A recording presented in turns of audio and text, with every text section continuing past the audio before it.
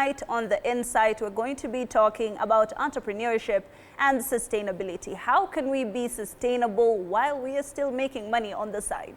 But before we even indulge in that particular interview, the healthcare crisis has been averted after the Kenya Medical Practitioners, Pharmacists and Dentists Union called off their planned strike. Now, this decision follows successful negotiations addressing grievances tied to the 2017 collective bargaining agreement, bringing much-needed relief to doctors and the public alike. Anne Odida will tell us more on that.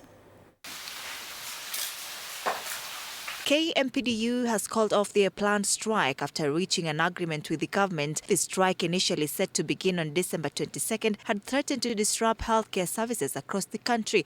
Between ourselves as COG, the National Ministry of Health, and KPMDU, we have resolved the issues that had resulted in KPMDU issuing a strike notice.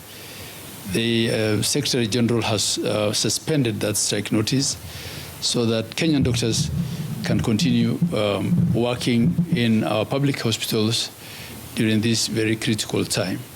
We are happy to report that the strike has been called off. And again, we are continuing to engage the human resource for health, which is really a critical pillar when it comes to implementation of Taifa Care. The resolution comes after intense negotiations between the Doctors' Union, the Ministry of Health and the Council of Governors. The talks, spearheaded by the Deputy President Kithure Kindiki, have finally addressed grievances that have been festering since the signing of the 2017 Collective Bargaining Agreement, CBA. In that vein, I would like to thank the union. I want to thank the Council of Governors, and I also want to thank the Ministry of Health for facing this matter patriotically and in the interest of the country. One of the major breakthroughs in the deal is the agreement to pay intern doctors a monthly salary of 206,000 Kenyan shillings as stipulated in the CBA. I must appreciate that we have an agreement, and the collective bargaining agreement signed in 2017 to 2021 has not been bastardized, but has been protected and sanctified.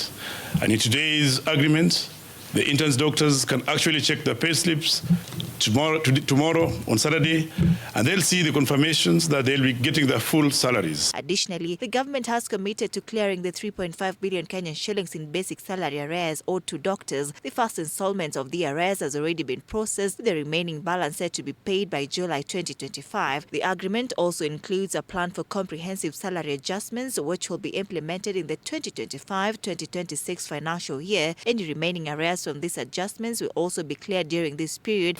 We want to assure KPMDU that the remaining parts of any agreement, including the adjustments that we said will push to 2025-26, will be adhered to, will be achieved, and that we will, as COG, do our best to avoid another industrial action. This resolution is a significant relief for both doctors and the public. The planned strike had raised serious concerns about the state of the healthcare sector, which has struggled with repeated industrial action in recent years. Anne Odida, TV 47.